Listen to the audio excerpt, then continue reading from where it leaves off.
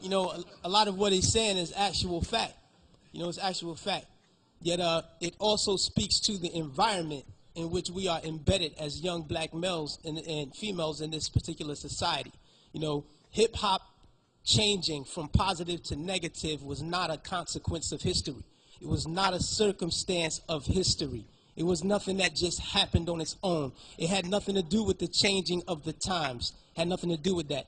It had everything to do with the fact that there are people in this particular society who wants to see us exactly where we are. And we cannot let that point elude us. These are the facts. How do we know? 1967, Kerner Commission report on urban disorder. When black people said, yo, we're tired of this system. You know what I mean? This system is oppressing us. So we rebelled against the system. We burned things. We said, yo, we had enough. He did his little report on what caused these riots. He said, what caused these riots? He said it was young children who started these riots, and what was motivating them was a high self-esteem and an enhanced racial pride. He said the majority of the rioters were high school dropouts, but they had a higher political orientation than their peers who did not drop out. And they saw the system as their enemy, so they attacked it in the right circumstance. So fast forward to 1992. Same thing. #1 record on the radio, we had Fight the Power. Fight the Power is on the radio. Rodney King gets beaten before the world. The black youth rebelled against the system.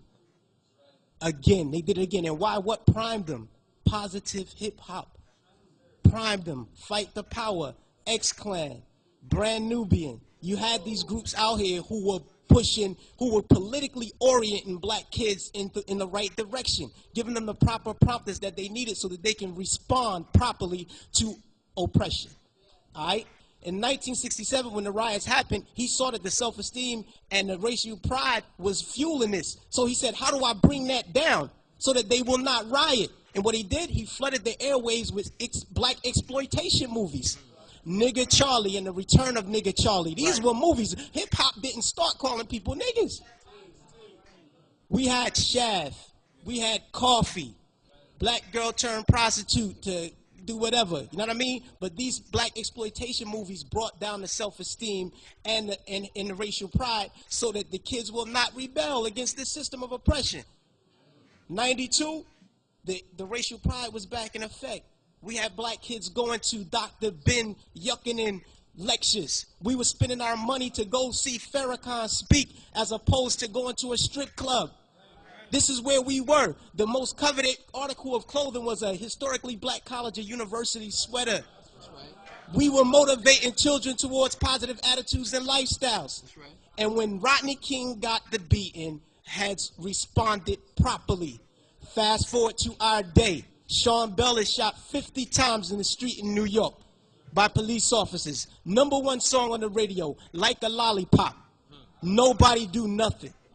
Nobody respond to nothing. Trust me. Trust me. Just like the brother, I believe it was JT, the bigger figure, who said that the label executives came to him and said, yo, brother, we need you talking about guns and whores. You know what I mean? That's right. That happens. I've been in those meetings with management and had to ask me, is what you're saying really what you believe so that we'll know how to market you properly? You know what I mean? This happens. Young Buck on his album, he has a song on his album that talks about police terrorism.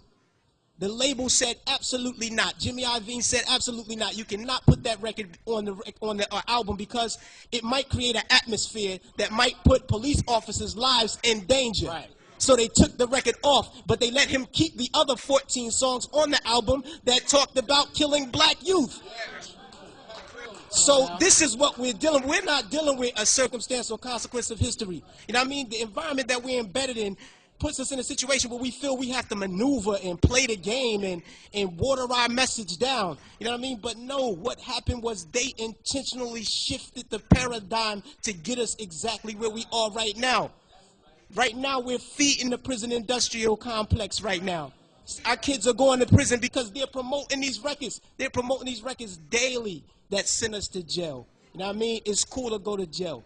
You know what I mean? They glorifying these things, and it's not the black youth. We're in a position where we get, like the brother said, the choice. You know, he said, yo, I chose the positive, so I didn't do it. But every youth is not going to take that route.